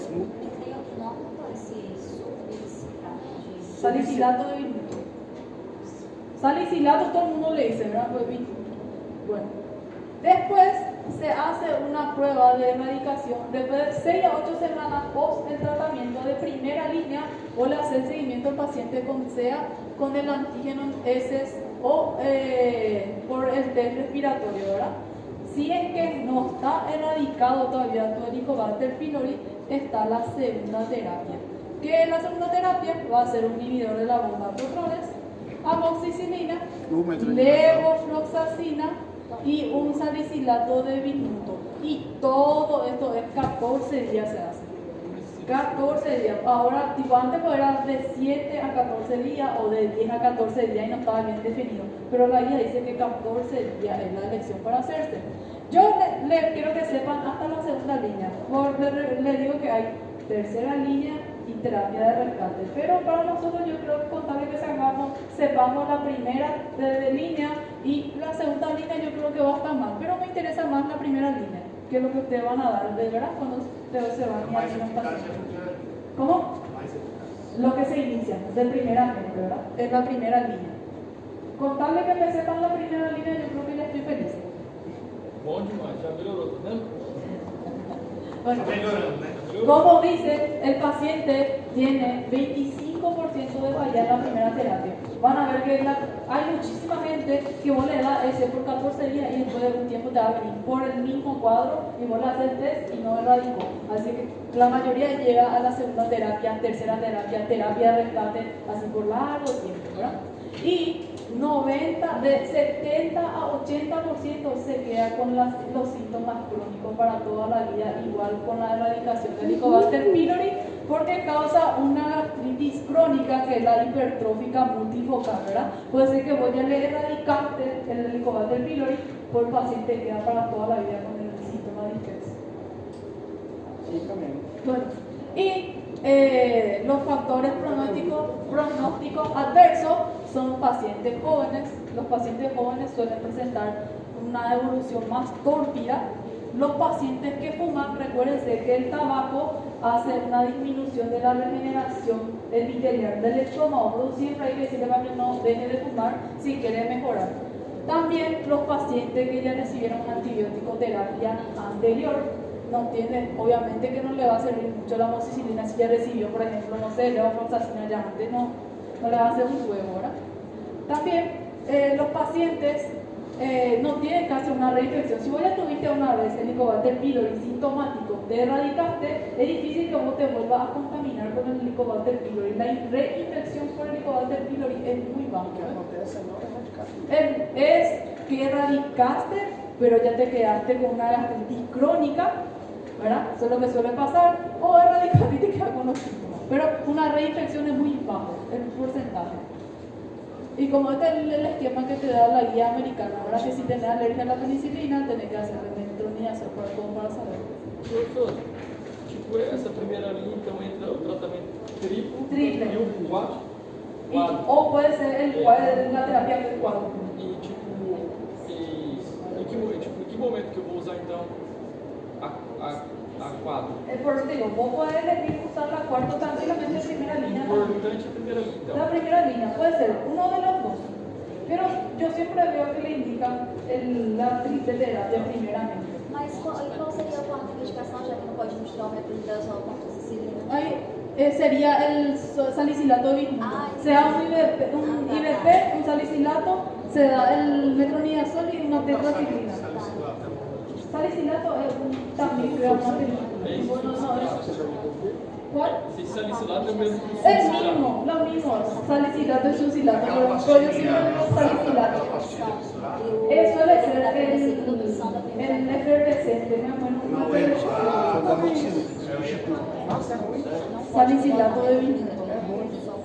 Eu tomei isso. Eu sei. Agora eu vou. Bueno, Efervescente. ¿ya?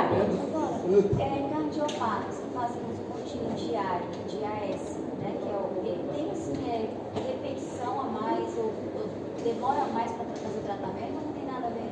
Para iniciar su AINES. Não, tipo assim, ó, o cardiopata ele já faz uso contínuo de aspirina. Quando vai detectar que ele tem a gastrite, que vai fazer tratamento por causa do H. pylori, é difícil para fazer o tratamento dele sem recidivas ou não tem nada a ver? Pero recordate que no va a ser causada por el Helicobacter pylori su gastritis, va a ser por AINES, ¿verdad? Pero igual sí o sí le tienen que hacer la erradicación del Helicobacter pylori. También se hace mucho ya. Mas ele não, é por H. pylori mesmo. Também se hace. Mas ele é difícil para fazer o tratamento dele ou é a mesma coisa? No, es mismo.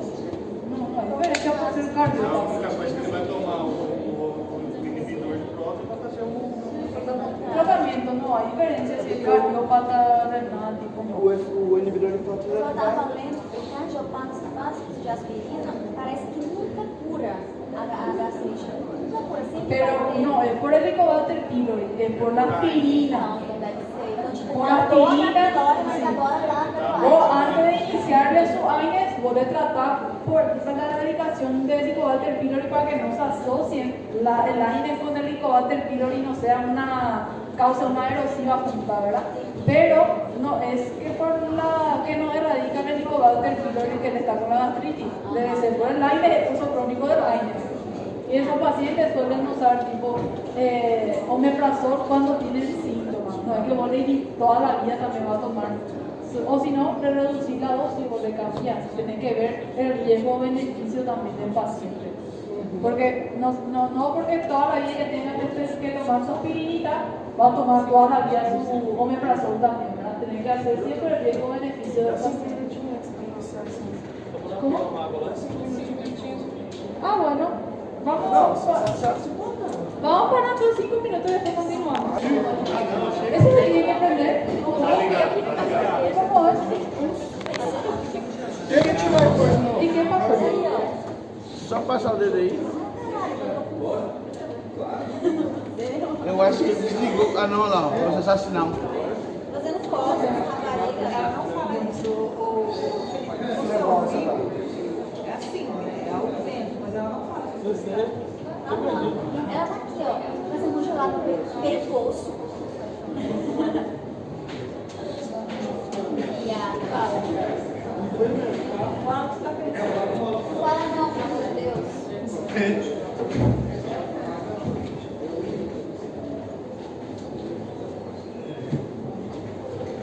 Creo que paramos aquí, ¿verdad? Es la última que quería estar presentando de la gastritis aguda. Bueno, continuando, hay un tipo también de gastritis que se denomina gastritis flegmonosa. ¿En qué consiste la gastritis flegmonosa? Es una gastritis, como dice su nombre, flegmonosa o supurativa, que produce pus, ¿verdad? Eso sería. Es una entidad de infección bacteriana.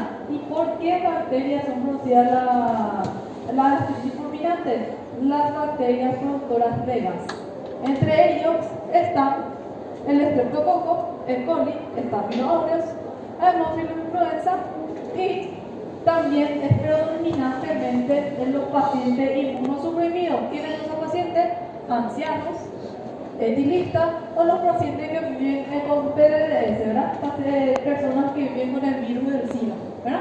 En esos pacientes se ve que agarra esta gastritis flegmonosa. Le dije que a una persona competente, el virus o la bacteria o el parásito normalmente no resiste al ácido gástrico, ¿verdad? Por eso tiene que ser alguien que está inmunosuprimido para poder ser infectado y que cause una infección por estas bacterias. Si se realiza una tomografía de tórax, no encontré nomás la imagen exacta, pero a veces suele verse la mucosa gástrica, ¿verdad? Así bien. A veces forman gases, ¿verdad? Obviamente que si es pequeño no se va a ver, pero suelen formar áreas de aire, de gas dentro de la mucosa gástrica y se puede observar por la tomografía también, ¿verdad?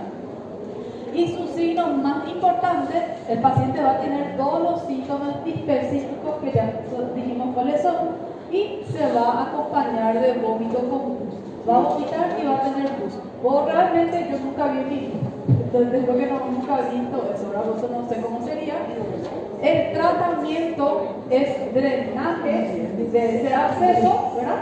Y el antibiótico terapia endovenosa. No le pongo qué tipo porque depende del cultivo se va a hacer un tratamiento dirigido, ¿verdad? Doutor, vamos um pouco para os piénesis? No sé cómo se dice. Piénesis. Piénesis. Mentira. Yo ya no le quiero decir algo que no sé. Piénesis. Ni idea. Pero bueno, en fin, voy a buscar y le digo la próxima. Hemapienes, Socorro. Pero bueno, ahora vamos a entrar entonces en la gastritis crónica. En la gastritis crónica se tiene que diferenciar en la hipertrófica multifocal, que es causada más por el Helicobacter pylori, y la difusa, que es causada por una enfermedad autoinmune, que vamos a estar hablando ahora, ¿verdad? Entonces, en gran diferencia, se diferencia en lo que sería hipertrofia difusa y atrófica multifocal y difusa, y también la granulomatosa. La parte de la granulomatosa yo no le voy a tocar muy bien porque casi es muy raro, ¿verdad? Le voy a tocar lo que es más frecuente. Bueno, como dice, la gastritis crónica se denomina por una inflamación crónica de la mucosa gástrica. Como le dije, no hay una fecha, no puedo decir mayor a 3 semanas es crónico. No. Esos pacientes que suelen venir con episodios repetitivos ya sería una gastritis crónica, ¿verdad?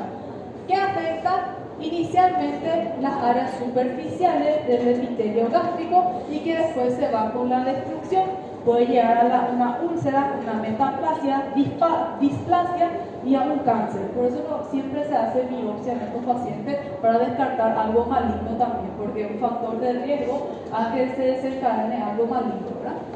También lo que le caracteriza a la gastritis crónica es el infiltrado.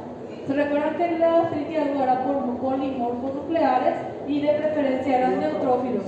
En la crónica, cuando uno hace la histología, se ven por mononucleares de predominancia linfocítica. Esa es la gran diferencia para decir también histológicamente si es aguda o si es crónica, ¿verdad? Como le dije, primeramente la gastritis crónica hace una gastritis superficial, después con el tiempo ya hace una gastritis atrófica, ¿verdad? Después causa una metaplasia intestinal que puede llegar a una displasia y a un cáncer gástrico. Por eso lo que es muy importante la endoscopia digestiva alta con toma de muestra para biopsia, ¿verdad? Como le dije, el infiltrado es de mononucleares de predominante de linfocíticos, ¿verdad? Y se dice que es hay también una definición de gastritis crónica reagudizado. ¿Qué son esos pacientes? Los pacientes que ya tienen la afectación crónica que le da una gastritis aguda a otro acompañante. En esos pacientes, cuando se hace una histología, también tiene infiltrado junto con el del polimorfo nuclear. Mixto sería fácil, ¿verdad? Pero no se le dice mixto, se le dice gastritis crónica reagudizada o agudizada, ¿verdad? Que también tiene los dos componentes, los polimorfos nucleares y los mononucleares. Como le dije que le iba a estar explicando, la gastritis crónica, dependiendo de su localización, se divide en A, que sería en el cuerpo, B, que sería en el antro, y C, bueno, perdón, no es C, AB, que sería la pangastritis. Como toda medicina tiene que ser difícil, ¿verdad? Podría ser A de antro, pero no, A de cuerpo, ¿verdad? Y B de antro y AB de pangastritis. Así se diferencia la gastritis crónica, que me gustaría que sepan la clasificación, ¿verdad? Quiero que sepan la clasificación, sí. Entonces empezamos primeramente con la más frecuente de nuestro medio, que sería la gastritis atrófica causada por el Helicobacter pylori. ¿Se recuerdan que el Helicobacter pylori dónde ataca? ¿Dónde es más frecuente que invade? En el antro. Entonces, si afecta antro, ¿qué tipo de gastritis crónica? Bueno, ahí está, ¿verdad? Pero es B, por la localización. Esas cosas lo que tipo se suele querer preguntar, ¿verdad? Entonces, es tipo B, lo que causa el Helicobacter pylori. Como se dice, el 85% de la gastritis atrófica es causado por el Helicobacter pylori. Se asocia a una hipocloridia ya. Cuando ya es atrófica la gastritis, recuérdense que ya destruye todas las células, hasta las células G y las células D. Así que disminuye la secreción ya de los ácidos cuando es crónico y que causa una hipocloridria.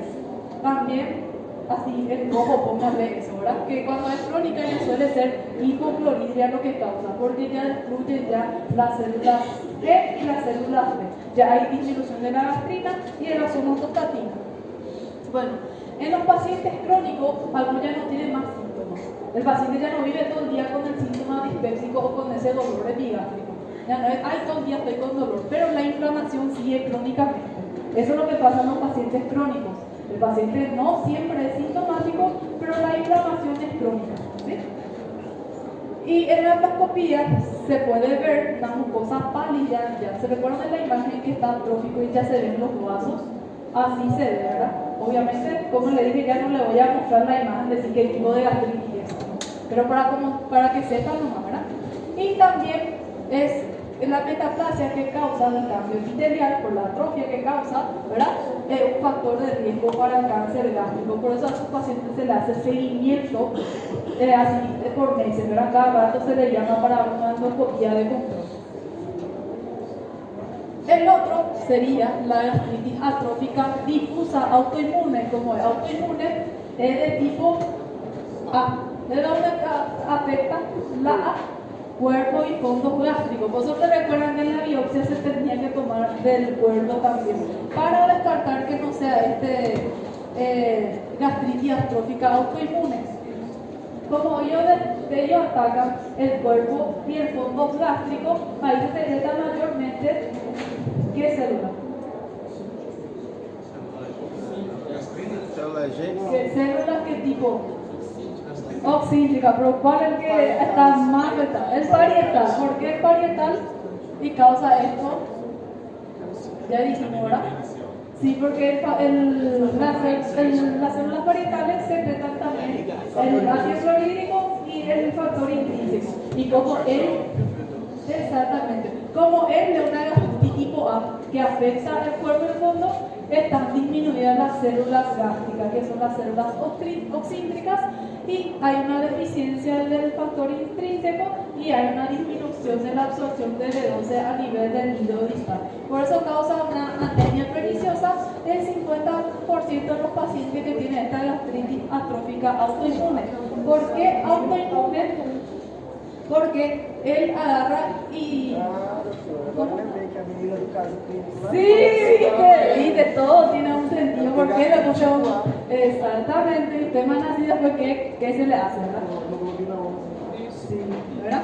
Bueno, entonces, ¿qué secretan los autoanticuerpos? ¿Y cuáles son esos autoanticuerpos que secretan? Primeramente, el más predominante, el 90%, es el anticuerpo anticélulas parietales, que va directo atacando a las células parietales, y 70% antifactor intrínseco. Por eso también puede causar, en esos pacientes se ve más todavía la anemia megaloblástica o anemia perniciosamente caso, ¿verdad? También está asociada a otras patologías autoinmunes. Se quiere preguntar muchísimo en el examen qué tipo de patología autoinmune. Primeramente, hipotiroidismo. Primeramente está asociada a hipotiroidismo. 2, enfermedad de Addison. 3, está afectada por diabetes tipo 1. Los pacientes. Primero es por hipotiroidismo. Addison también puede ser, y el diabetes Addison, enfermedad de Addison y diabetes tipo 1. Pero también puede ser cualquier otro tipo de enfermedad autoinmune. Pero esos son los más destacados, ¿verdad? Pero puede ser cualquier otro autoinmune. Bueno, y como es algo crónico, tiene muchísimo riesgo de adenocarcinoma de estómago, ¿verdad? ¿Cómo se manifiesta la anemia autoinmune? Suelen presentar anemia megaloblástica, significa que el volumen corpuscular medio está mayor a 110, ¿verdad? Síntomas neurológicos. Recuerden que los pacientes que tienen déficit de B12 le causan muchísimos síntomas neurológicos, puede causar de alteración del sensorio, somnolencia, hasta coma, convulsiones, a veces paresia, pues eso depende de cada paciente y depende de la deficiencia que tiene el paciente, y algunos se quedan como secuelas irreversibles. Por eso siempre cuando hay una anemia siempre hay que buscarle si no es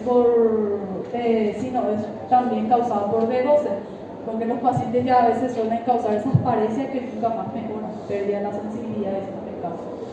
¿Sí? ¿Cómo? Sí, como le dije, también puede causar hiperpigmentación de la piel porque aumenta la secreción de la melanina, y este es después de 2 meses de tratamiento con B12. Totalmente se quedó bien otra vez el paciente. Antes y después tiene sus lenguas atróficas también y tiene la hiperpigmentación palmoplantar, palmar en este caso, ¿verdad? As cartomantes sabem olhar. ¿Sí? ¿Qué pasó? Não, porque assim, a importância quando você fazer uma avaliação do paciente, a gente dá a importância a olhar uma língua, né? Exactamente. Y es predominantemente en la raza negra, es más prevalente en la raza negra lo que se observa esto, ¿sí? La anemia autoinmune en sí, pues. Bueno, aumenta 2 o 3 veces el riesgo de cáncer que dijimos, y en el laboratorio se puede ver los anticuerpos, pero el anticuerpo no te hace el diagnóstico, porque es muy inespecífico. Si vos tenés, por ejemplo, otra patología autoinmune, sea X lupus, te puede venir igual alterado esa enzima, por eso no se usa como diagnóstico, pero te puede sugerir, ¿verdad?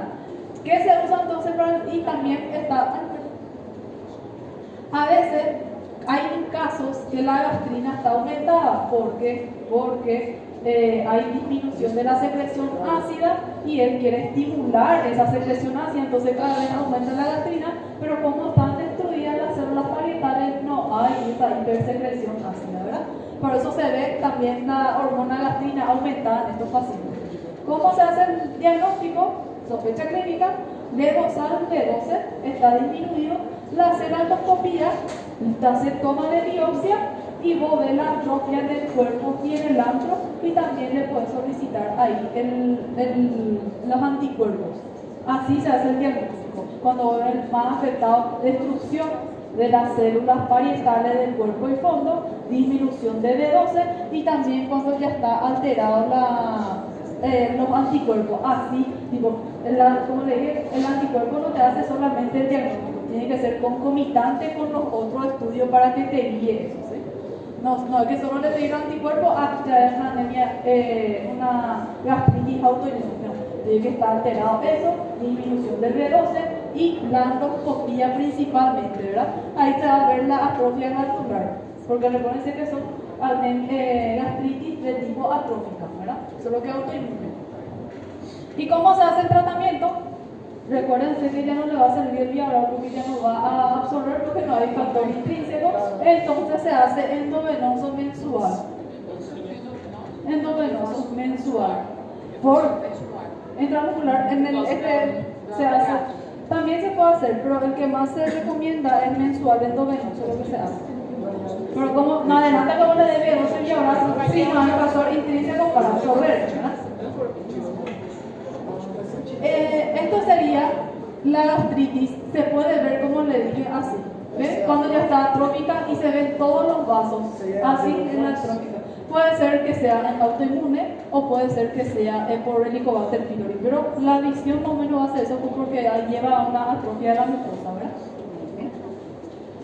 Hay un tipo específico de una gastritis hipertrófica que se llama enfermedad de Menetier. Este solo me recuerdo porque a mí me preguntaron en el examen, justo le dije, no, yo no sabía ni qué tipo era. Me pusieron un caso clínico, un paciente con gastritis y me pusieron laboratorio de hipoproteinemia. Y yo nunca en mi vida supe qué era eso, después me fui a leer y se trataba de ácido de esta gastritis. Eso como para que sepan que existe, ¿verdad? Una gastritis que se llama enfermedad de Menetier, ¿verdad? Es un tipo de una enfermedad gastritis crónica, como dice su nombre, hipertrófica. Hay los pliegues gástricos que normalmente tenemos se hipertrofian, pero no les traje la imagen, no tengo la imagen, pero pueden buscar que hay unos pliegues enormes y eso es causado por este tipo de gastritis, ¿verdad? Acá lo dice, pliegues gástricos gigantes y es predominantemente en el cuerpo y en el fondo y no afecta al ano. Esa es una de las características que tiene esta enfermedad. No dice el por qué solamente el cuerpo y el antro, pero tiene más predominantemente el cuerpo y el antro. ¿Cómo está? ¿Cómo afecta? Y el cuerpo y el fondo hay una disminución del ácido clorhídrico, ¿verdad? Aumento un poco y disminución de las albúminas, dice, ¿verdad? Que es el signo característico de esta enfermedad. Generalmente está afectado a citomegalovirus Helicobacter pylori. Cuando se ve por endoscopía esos pliegues enormes, siempre hay que tomar biopsia y hay que buscar estos dos bichitos, ¿verdad? Sería lindo también un examen así con una preparación. Bueno, hay que siempre buscar estos bichitos y hay que tratar, ¿verdad? Está com muita vontade de colocar esse exame. Clínica se presenta como toda gastritis, síndrome específico, puede causar náuseas, vómitos, diarrea, suele presentarse, dolor abdominal, pérdida de peso también es muy característico de estos pacientes porque están disminuyendo también la parte del pepsinógeno y todo más. Desnutrición, edema periférico, pero se llama por la hipoalbuminemia, ¿verdad? En la histología por toma de biopsia se ve una hiperplasia nodular con dilatación cística. Obviamente que esa cosa no le voy a estar preguntando, pero un grado variable de inflamación. Y cómo afecta el cuerpo y el fondo, hay disminución de las células parietales y principales. Y el tratamiento es dirigido dependiendo de cuál de los bichitos se encuentran. Puede tener los dos también. Sí, puede tener los dos o uno de los dos. Bueno, como les dije, la gastritis en sí hay tratamiento farmacológico y no farmacológico. Y en los no farmacológicos lo que tenemos que resaltar es dejar los hábitos tóxicos como el tabaco, que yo dije que disminuye la regeneración del epitelio gástrico, y el alcohol, que causa una inflamación directa de la mucosa, ¿verdad? O un daño directo, porque a veces no causa inflamación, ¿cierto? Porque causa una gastropatía y no una gastritis, ¿verdad? La dieta, suspender irritantes. ¿Cuáles son los irritantes que ustedes conocen? Que siempre se le dice no comas tal cosa, no tomes esto, no hagas. Picanha. Pizza. Remoso. Tomate, Coca-Cola, gaseosa, café, ¿verdad? Café, ¿verdad? Café, algo bueno. Yo también defiendo el café. Café no se puede suspender. Tereré, mate, también no se puede. Esas, ¿cómo se dice? Milho, comida base de milho, fiquei sabendo. También nos va para comer Trigo no tanto, pero es preferible evitar, dice, pero no dice como para... Y cuando uno está con el cuadro agudo, dice que nunca hay que decirle al paciente que se quede nada. Y ahora hay que sí o sí implementar una nutrición, una dieta blanda y dividir esa porción. Bueno, recuerden que ellos no tienen esa saciedad precoz, ¿verdad? Comen 2-3 cucharitas y ya se llenan. ¿Y qué vamos a hacer? Dividir esas porciones en 4 a 6 porciones en el día para que se alimente. No vas a hacerle 3 porciones grandes para que coman, como ellos tienen esa saciedad precoz, entonces le das dividir las porciones, ¿verdad? Y como les dije, el tratamiento farmacológico, uno es ver si no hay Helicobacter pylori, que nosotros todos somos pylori, ¿verdad? Entonces hay que ver si no tenemos Helicobacter pylori. 2, el tratamiento antiácido de elección es el inhibidor de bomba de protones.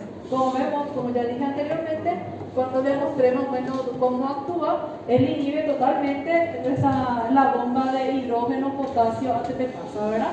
Y él causa un bloqueo irreversible. Recuerden que si vos tomás un inhibidor de bomba de protones, actúa de 1 a 2 horas, ya tiene su acción, pero para eliminar esos cuerpos, como yo les dije que tiene un bloqueo irreversible, tarda hasta 96 horas después de la suspensión. Eso hay que ver y nunca hay que darle de uso crónico. ¿Por qué? Porque el inhibidor de bomba de protones predispone a la disminución de la secreción ácida y ahí favorece también que te infecte con las bacterias, parásitos y otras cosas. Principalmente, el que más causa por el inhibidor de bomba de protones es Clostridium difficile. Por eso siempre hay que ver que no tomes más de un año, tipo 6 meses, evaluar, parar y ver la causa, tratar la causa principalmente y después le seguir, nunca crónico, que también causa osteoporosis, ¿sí? El segundo sería el antagonista de la histamina, como la ranitidina, cimetidina, que en el Brasil sí se les puede usar, todavía usamos, pero más por el efecto adverso. Si vos usas de 4 a 6 semanas, como ya le dije, no causa los síndromes adrenérgicos, como la ginecomastia y la hipotensión funcional, ¿verdad? Por eso sí se le puede dar todavía y está indicado todavía en las guías. Los antiácidos, que son los hidroxialuminio, eso yo nunca vi que le indican, pero también se puede usar como una película. Sí, entonces está de primera línea la inhibidor de bomba de protones, se puede usar junto con antagonista de la histamina, porque cada uno actúa un punto diferente, ¿verdad? Este inhibe la bomba de protones, este inhibe la liberación de histamina y este sí que crea una película en la mucosa. Entonces cada uno tiene una función y se puede usar concomitantemente, pero nunca de uso crónico, ¿sí? Mas lá ele usa mais ranitidina do que cimetidina. Ranitidina es lo que hay más, es más barato. Pessoal, que nem esses 300 miligramas dia é uma vez por dia. ¿Cuál? Não, todos que está aí. No, ese es la dosis total, se divide cada 6 horas, cada 12 horas. Si es por ejemplo, el omeprazol puede ser de 20 cada 12 o 40 miligramos una vez al día.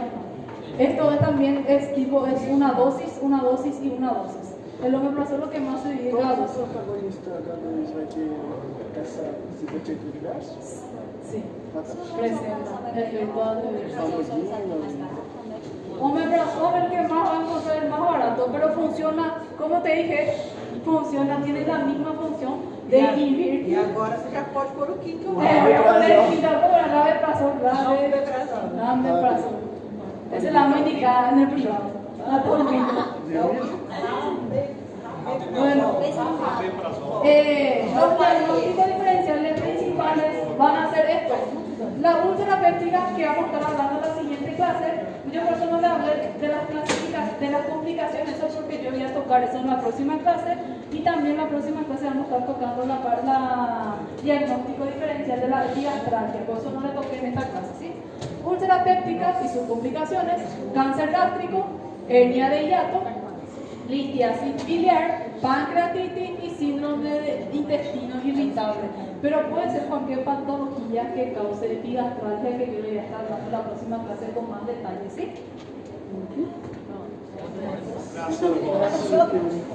Por hoy es todo. ¿Se entendió? ¿Alguna pregunta?